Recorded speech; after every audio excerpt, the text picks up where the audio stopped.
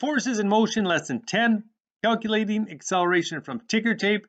We're going to attach ticker tape to the back of the cars that you built.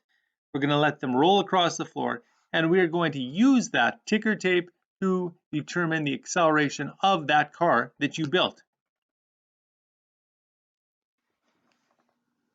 Here we have some ticker tape. We're going to attach it to the bottom of our car. We're going to let our car go. It's going to race across the floor. It's going to drag that ticker tape through the recording timer, which makes a bunch of dots. And we're going to use this tape to calculate the acceleration of our car. Now, how are we going to do that? Well, we're going to start by labeling 2 points early on our ticker tape as A and B. Then we're going to pick 2 consecutive points later in our tape and label them C and D. Now, the velocity of the car was changing the entire time it was traveling. A and B occurred earlier in the whole entire trip of our car, so we're going to label that VI. C and D has a different velocity and it happened later, so we're going to call that VF. So to calculate the velocity initial, well, we're going to start by finding the distance between A and B.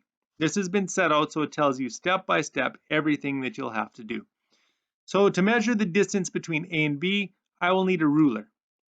I'll put 0 on A and then I will count over to B. So that's 1 millimeter, 2, 3, 4, 5, 6 millimeters. So our dot is somewhere between 0.6 and 0.7 centimeters. A little closer to 0.6, so I'm going to say it's 0.64 centimeters.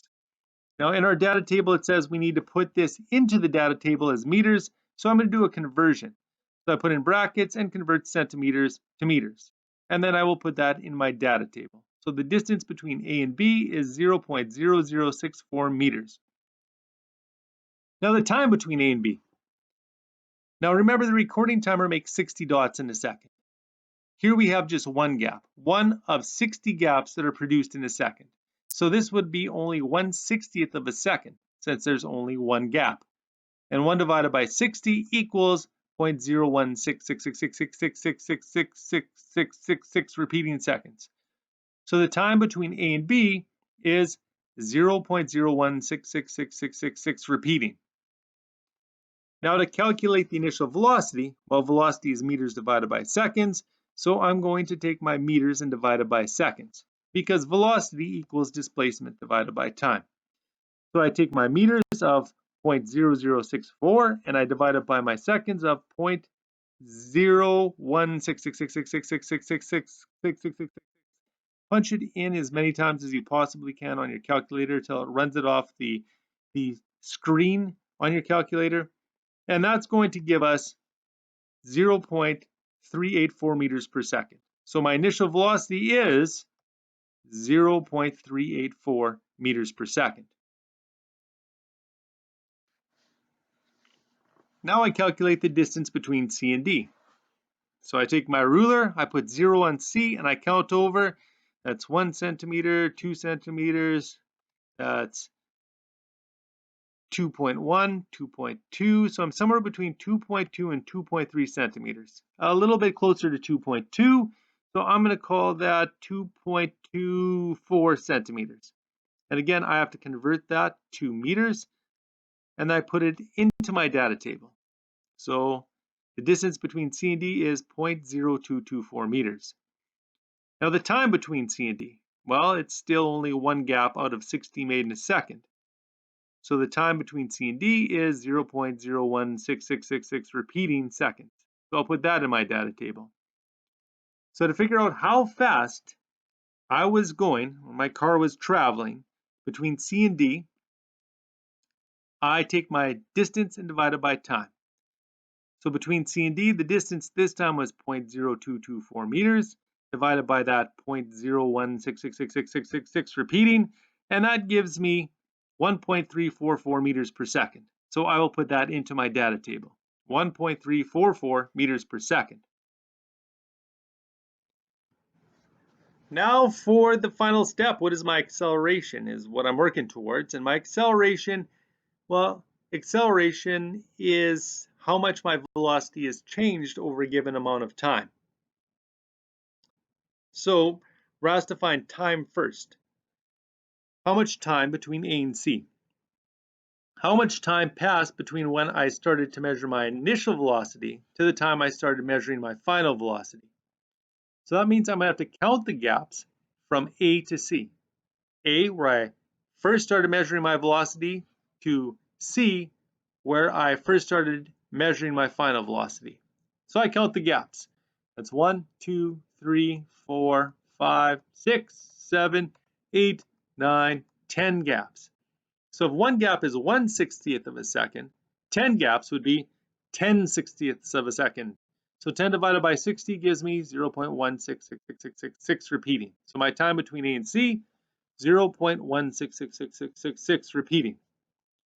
Now again, acceleration is how much our velocity has changed over a given amount of time. And we know the given amount of time is, in this case, 0.1666666 repeating seconds. But how much did our velocity change? How would we figure that out? Well, I know how fast the initial velocity is. I know how much the final velocity is. The change is going to be the difference between the two. So acceleration equals change in velocity over time. Now I want you to make a note that the little triangle means change. So triangle means change. So acceleration equals change in velocity over time. And if we want to know how much it changed by, or we want to know the difference between VI and VF, we do that by subtracting one from the other. We take VF and we subtract it from VI. So how much did I speed up? It's how fast I'm going now, subtract how fast I was going before. So 1.344 meters per second, subtract 0.384 meters per second. And that's all over again, that time between VI and VF. So 1.344, subtract 0.384. My change in velocity is 0.96 meters per second.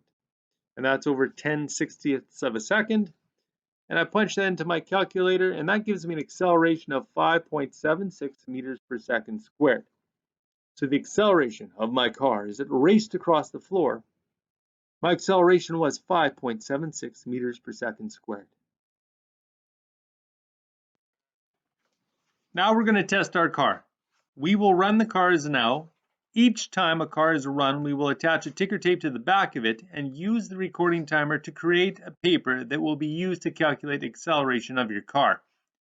Once complete, we will return to the room and you will calculate the acceleration of your car using the method we just saw. There will be a quiz in a future class where you will be given a data table, sample ticker tape, and you will have to calculate the acceleration of the object. Purpose: to determine the acceleration of a car you built through the use of ticker tape. Procedure: set up the recording timer, attach the paper to the back of your car, let the car go. About 5 centimeters from where the dots begin, circle 2 consecutive dots and label them A and B. Then select 2 more consecutive dots on the ticker tape that are 30 centimeters from the start of the dots and label them C and D. All right, let's head down and test our cars.